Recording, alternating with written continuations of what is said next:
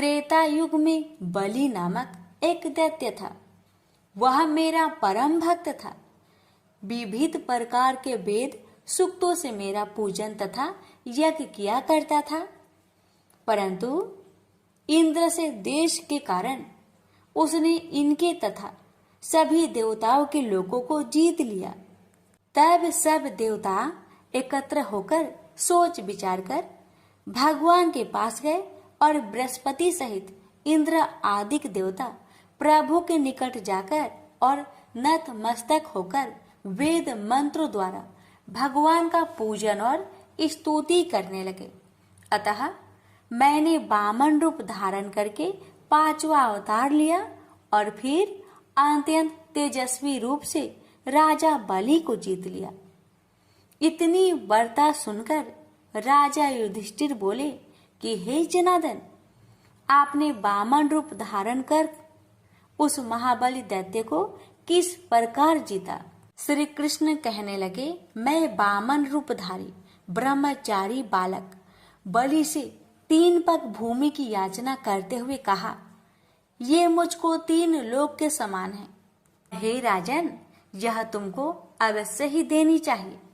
राजा बलि ने इसको तुच्छ सी याचना समझकर 3 पग भूमि का संकल्प मुझको दे दिया और मैंने अपने त्रिविक्रम रूप को बढ़ाकर यहाँ तक कि भूलोक में पद, भूरलोक में जंघा, स्वर्ग लोक में कमर, महलोक में पेट, जनलोक में हृदय, यमलोक में कंठ की स्थापना कर सत्यलोक में मुख, उसके ऊपर मस्तक स्थापित किया। सूर्य, चंद्रमा आदि सब ग्रह, गण, योग, नक्षत्र, इंद्र आदि देवता और शेष आदि सब नाग गणों ने विविध प्रकार से वेद सूक्तों से प्रार्थना की।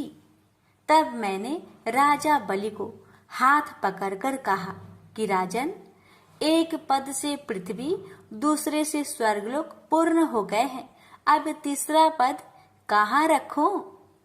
तब बलि ने अपना सिर झुका लिया और मैंने अपना पैर उसके मस्तक पर रख दिया, जिससे मेरा वह भक्त पाताल को चला गया।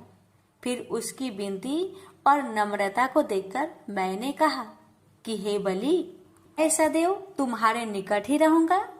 विरोचन के पुत्र बलि के कहने पर वहां पर भाद्रपद शुक्ल परिवर्तनी एकादशी के दिन बलि के आश्रम पर मेरी मूर्ति स्थापित हुई और दूसरी सागर में शेषनाग के सैया पर हुई। हे राजन, इस एकादशी को भगवान शयन करते हुए करवट लेते हैं, इसलिए तीनों लोकों के स्वामी भगवान विष्णु का उस दिन पूजन करना चाहिए। तांबा, चांदी, चावल और दही का दान करना उचित है।